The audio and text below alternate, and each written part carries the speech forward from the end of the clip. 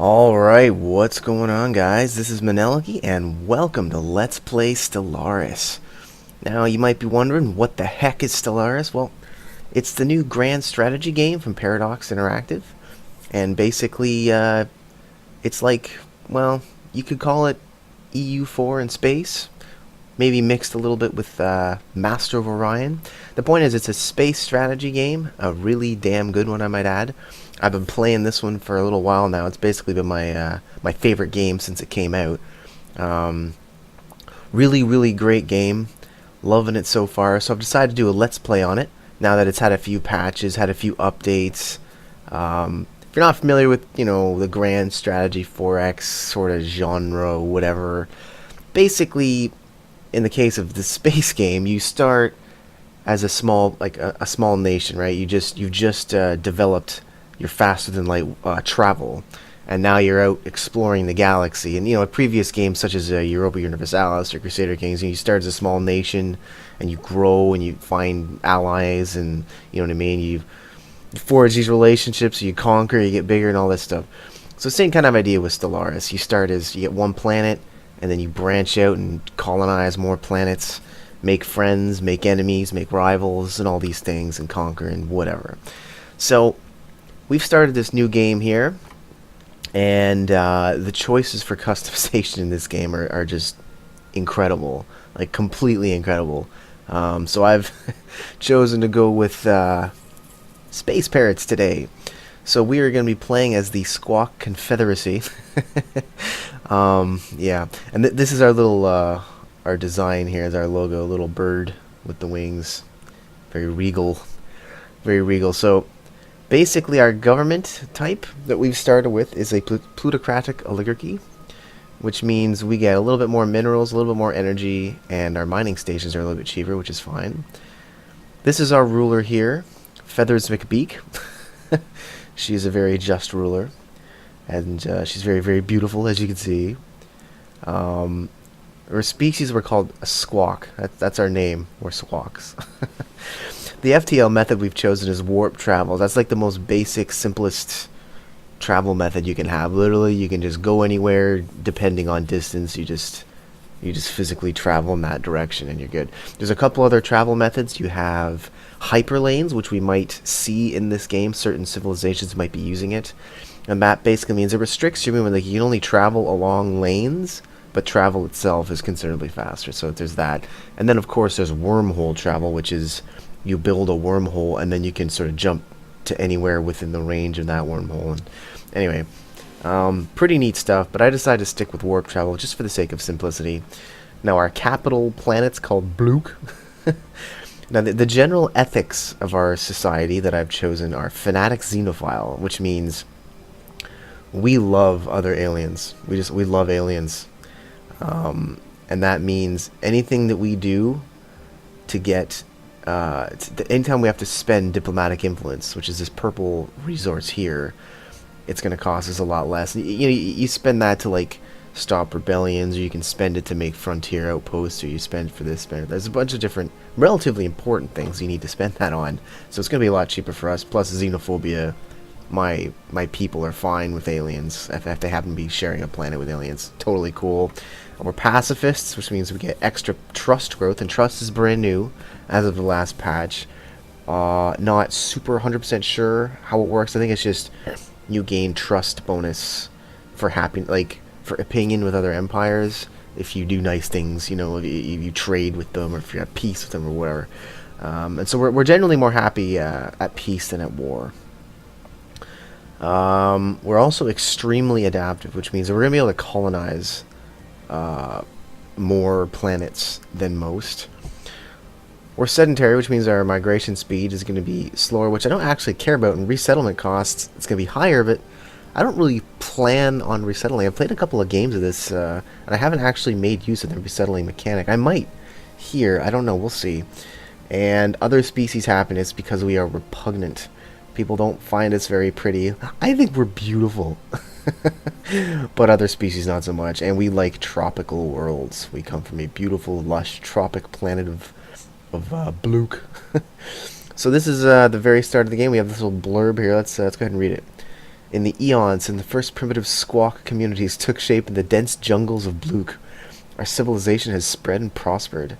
As scientific knowledge increased, and new outposts were founded across our world, trade flourished and tied the various nation-states together until they became a single entity.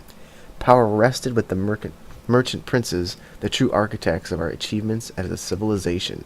Now, after the successful creation of several experimental subspace fields, the finest minds of the Squawk Confeatheracy have finished development of the first warp drives. The stars themselves are finally within our grasp.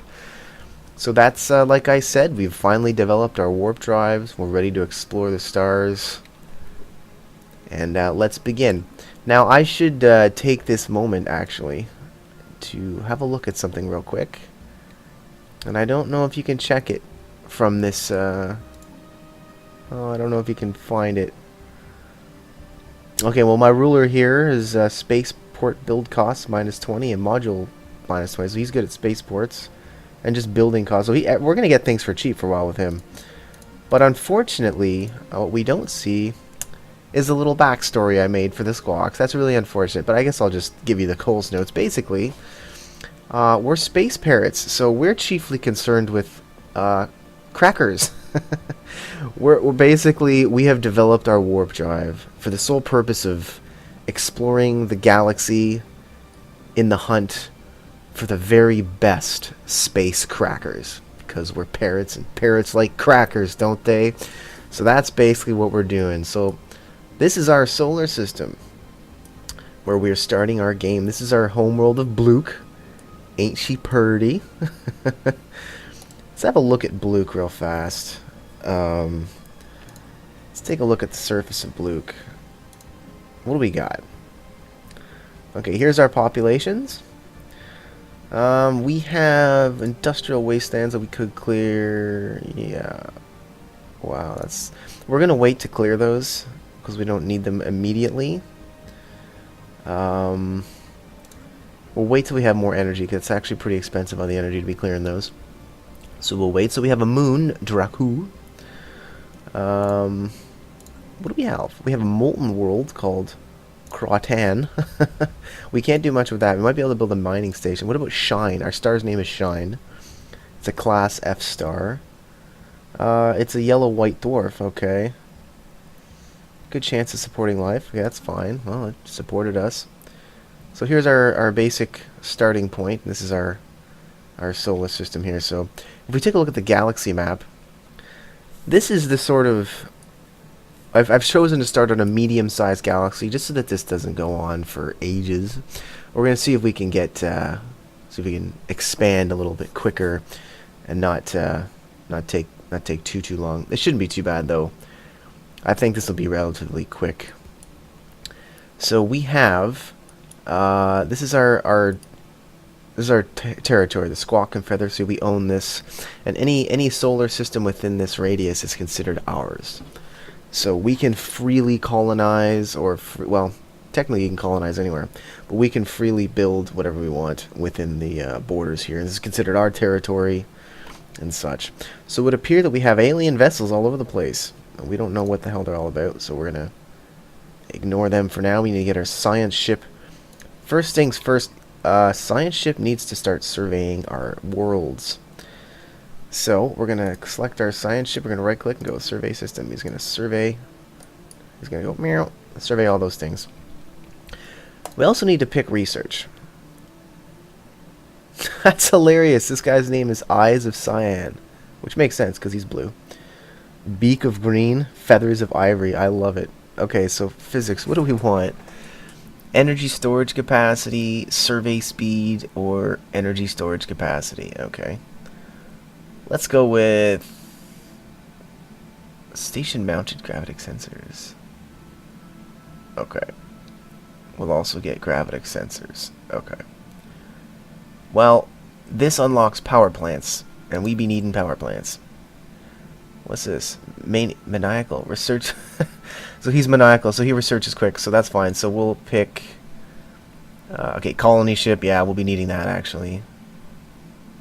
Propaganda, cap overload. Yeah, definitely colony ship right away. That's pretty lucky we got that straight away. Feathers of Ivory, what are you going to research, dude? Well, you'd be really, really efficient researching this. Defense platform, missile defense module. Well, we could get Betharian power plants and Betharian resources right away. Maybe we should do that. That and it won't take you very long. Because you're pretty good at that stuff. When you match that type to that type, you get a bonus. So, anyways, let's do that.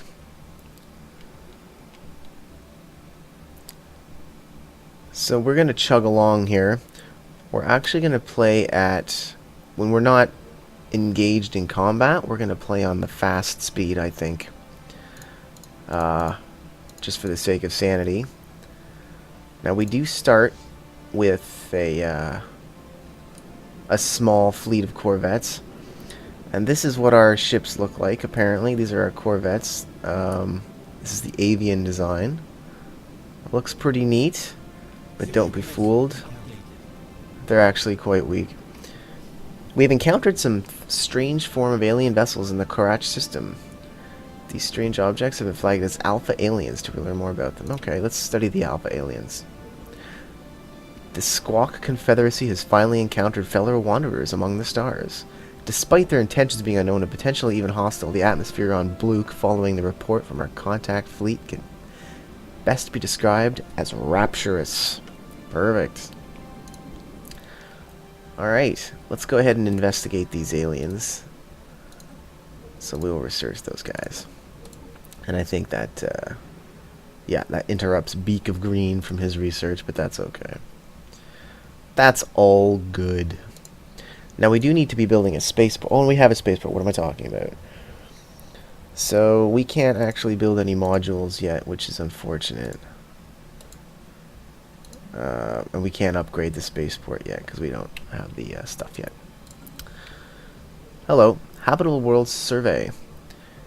We now know without a doubt that a thriving biosphere is not something unique to Bluke. Both the scientific community and the public at large are eager to learn more about the various forms of alien life found throughout the galaxy. Of course we are, because we're looking for crackers. And who knows who's got the best space crackers. Efforts to catalog the life forms we encounter are already underway, but our xenobiologists have urged us to focus our planetary survey efforts on habitable, life-bearing worlds. A commendable initiative. So now we have a quest chain. Start surveying habitable worlds. So that's fine. And we have two varieties of aliens here, but I don't think we can investigate them. Oh yeah, we can. I'm not sure why we can see that. Because we actually... Oh, maybe it's because it's when our sensor range? I'm not sure. We have all manner of weird aliens going on here. So, alright. Now that we've got a little bit of energy, I wonder if we should construct some stuff on the surface of our planet. Whoops. Surface. What should we build here? We have a little bit of food. We could always use more, I do suppose. All of our resources are pretty much locked behind tile blockers. So first things first, we need energy. So let's go ahead and clear this slum. We'll do that. And what else? I feel that we're going to need... Special project complete. Alright, finish a special project. Let's go ahead and make... Let's make a power plant here. Never have too many of those. Habitable World Survey. Okay, so we must have investigated the aliens. Yes. The spaceborne life forms, which the Squawk, head of society research, has come to refer to as Tayonki, are docile creatures capable of accessing some lower dimension of subspace. They roam from system to system with remarkable ease. They graze on gases common to the upper layers of many gas giants. It's highly unlikely, to say the least, that this is their only food source. But intake of other nutrients has yet to be observed. They will rarely, if ever, attack, even when provoked. They can safely be ignored. Perfect. System survey complete. Oh! Anomaly found. A leader has gained a level. Feathers of Orange. Nice! Alright. He gained a level when he was doing his survey. That's just really cool. Okay, so we've finally surveyed our home system, and we have found an anomaly. Now, this is a level 3 anomaly out of a level 2 scientist, so there is a risk of failing. So I'm going to leave that be for now until we're a little bit higher level, so we don't end up having something bad. Like, you can fail, not only can you fail to research the anomaly, but if something goes wrong, you can actually end up losing your science ship, which is, of course, suboptimal. So we'll send him over there to survey that. Antares, really... It's funny, Paradox put all these little references to different things into this game, and Antares, if you're not familiar with Antares, it's from Master of Orion 2, Battle at Antares. It's where the Antarans are from. But anyways, cool game. But anyway, there's a bunch of like Star Wars references and stuff like that. Oh, what's all this? Science ship drift has encountered a hostile. Okay, hostile aliens. So he's trying to get the hell away from the beta aliens, which apparently were hostile. So let's go ahead and research the beta aliens, so we know what the hell's going on with them. Oh, derpy derp. Oh, here we go. Investigate beta aliens. Research, please. There we go. So our science ship got chased out of there. So let's have him survey here instead. Let's have a look at these beta aliens. Ah, right. Those guys. That's fine. Okay, we'll research them, and then we might even... Well, I don't know if we're going to get to fighting them too soon here. How long till we... Oh, we've already cleared that. Perfect. So we're going to go ahead and build a power plant on that. Lots of power is extremely critical. So I'm thinking we might build a mining network here for some more minerals. And we'll just move him over here, that way he starts working it as soon as he's done. Well, as soon as they're both done anyways. So what do we have here? So we have 2 minerals to work in our home system. So let's get our construction ship on that. Build mining stations. There we go. So it's just the one. That's the only useful planet we have in all of our whole system. The only thing with any kind of resources is Tripitit, which is a barren world that has 2 minerals on it. So what's going to happen here is our little ship here is going to fly over. He's going to build a little mining station, and we're going to mine from orbit somehow, because that's how it works. So here we go. Pretty cool looking ships, really. Kind of looks like Flight of the Navigator. Whoa. Special project. The entities encountered by our fleet some time ago are new wondrous forms of spaceborne life, quickly nicknamed Space Amoeba, following an analyst's gross misreading of the initial sensor output. The creature is in fact larger than the average Squawk corvette. We should leave it be and remotely monitor the creature and its kin from Blook. Alright, so we got a situation to investigate here. We will certainly do this. Now, we also need to investigate the inactive building here. Ah, okay. Put that guy on it. Once he grows, he will man this power station and start producing power for us. Okay. Now, how's our science stuff? Oh, see, there's a lot more interesting stuff here. Now, there is a habitable world here, so we should have gotten credit for that in our thingy thing. Yep, 1 out of 8. Oh, it's tropical. I think we should probably colonize that as soon as we get the research. Which should be coming in. Oh, he's too busy researching the space amoebas, so he might be a while with that. That's unfortunate. Alright, so we got our mining station built. We're now making a little bit more monies. Of course, that cuts into our energy income, which is why we have to build lots and lots of energy. Ah! The space amoebas, the nickname now lovingly popularized on Blook, are solitary animals. When left to their own devices, all but the youngest specimens are accompanied by quasi-independent organism dubbed Flagella, seemingly spawned by the amoeba and programmed through liquid, RNA-laced secretions to do the bidding of the host. Initially assumed to be a young space amoebas, the flagella do not seem to factor in any reproductive mechanics, each individual flagellum instead operating safely as a disconnected limb for its host amoeba.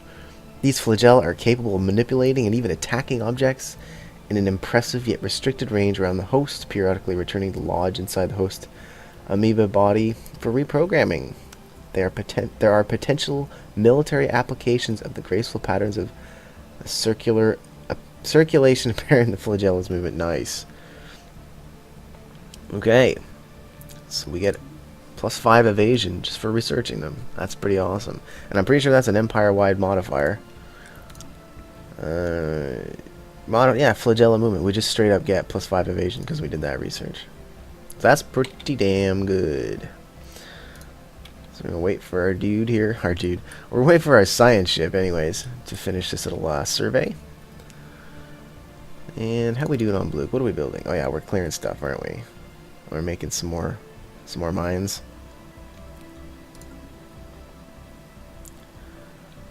Okay. Now that we have the this survey, what we can start to do, we can build some stations. We'll build the mining and then the research station. Try and springboard our research a little bit because we are progressing a little bit slowly. System survey complete. I mean, I guess it's okay for our current, situation and all that.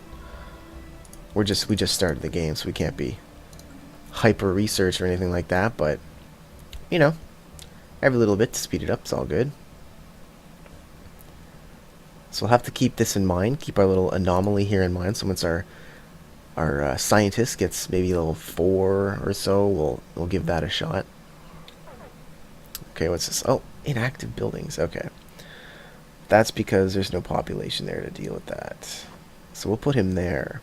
This one can be inactive because it's less useful. There's 3 of those. Now, the more extra food you have on a planet, the faster your pops grow. And we want fast growing pops right now. So I'm going to leave this guy here. Though it is tempting to move him over here. Nah, we'll grow first. Growth first. So we're now surveying Fedima. Doesn't appear that the star at Fedima had anything. Sometimes the stars, you can actually harvest them for like energy or whatever. Sometimes you can research them.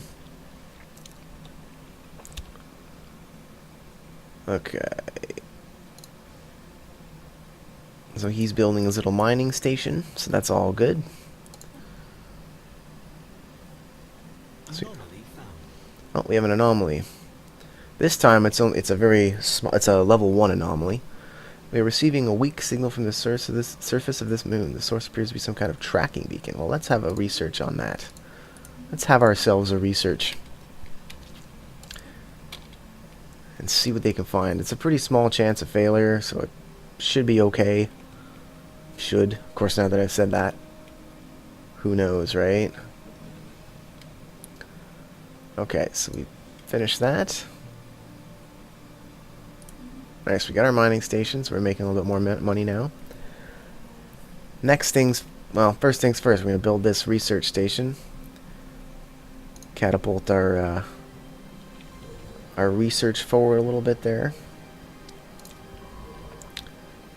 You can see the progress on this right here. The drift lost the weak seal that's coming from Fedima. And despite the best efforts, all attempts to track down him met with failure. 20% chance to fail, and he failed. Thank you very much.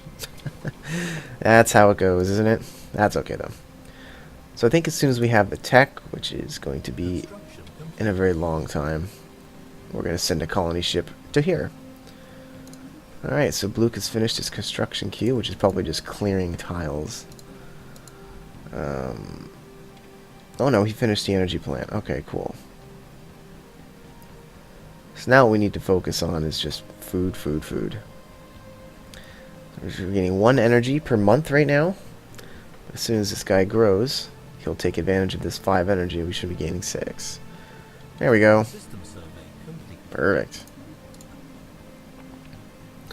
Alright, Fedima has been surveyed. Let's send him up here to Adranal. Get him surveying that. See what we can find. So what do we got here? We got a gas giant. Gaseous planet, sorry. Gorgeous.